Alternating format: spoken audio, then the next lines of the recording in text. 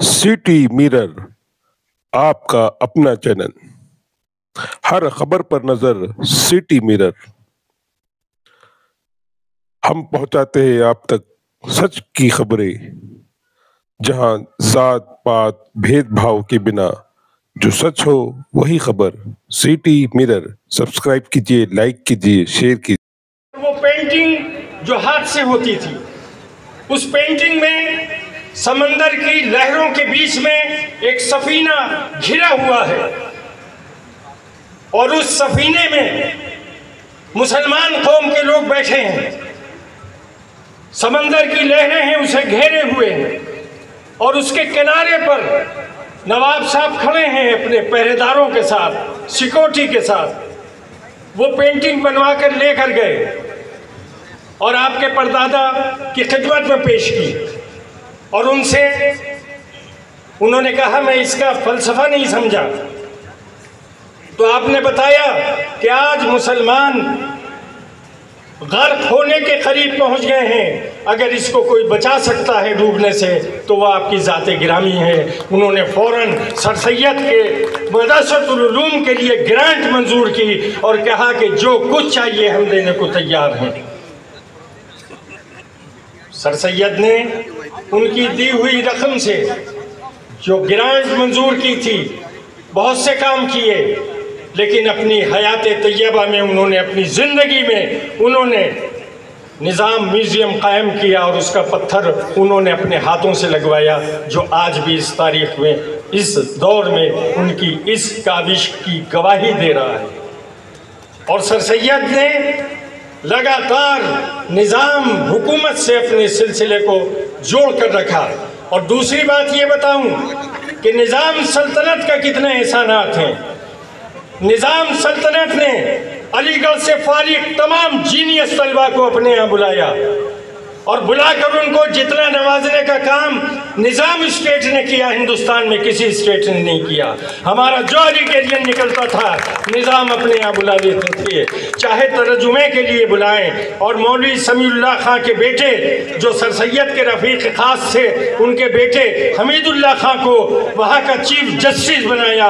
और इससे बड़ी बात नहीं हो सकती कि सर सैयद के पोते सरराज मसूद को वहाँ का एजुकेशन मिनिस्टर बनाया। इससे बड़ा कोई सबूत नहीं हो सकता।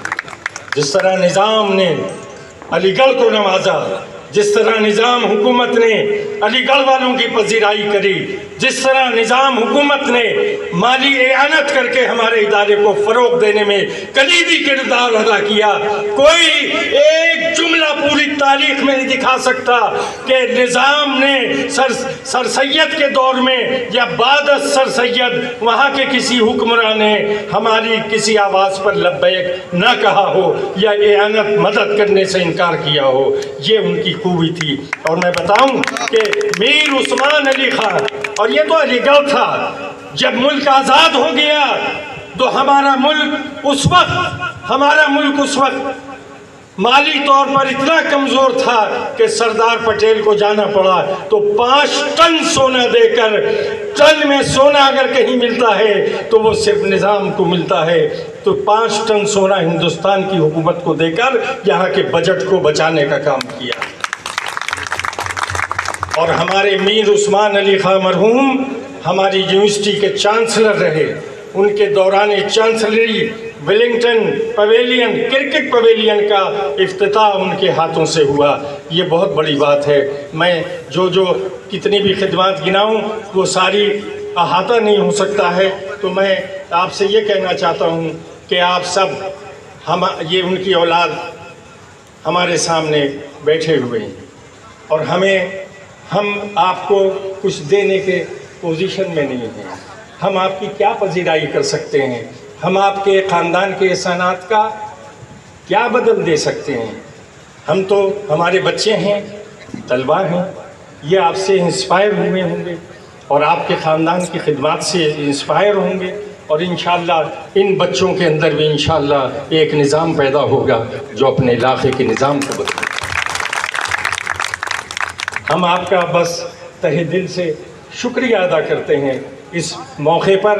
और मैं अब्दुल रऊफ़ साहब ने इतनी शानदार, और आप हमारे तलबा का प्रोग्राम है, हमारे तलबा ने अपनी ज़हानत, अपनी काविशों से, अपने अखलाक, अपनी तहज़ीब, अपनी ट्रेडिशन के ज़ोर पर इस कबूल फरमाएं।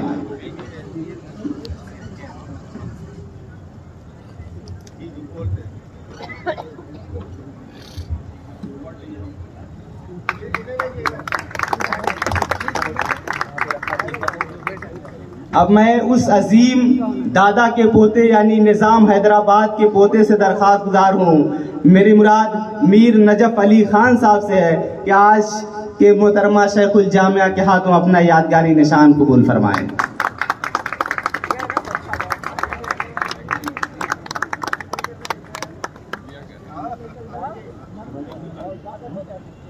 इसके बाद मैं सीनियर हाल मोहम्मद वासिफ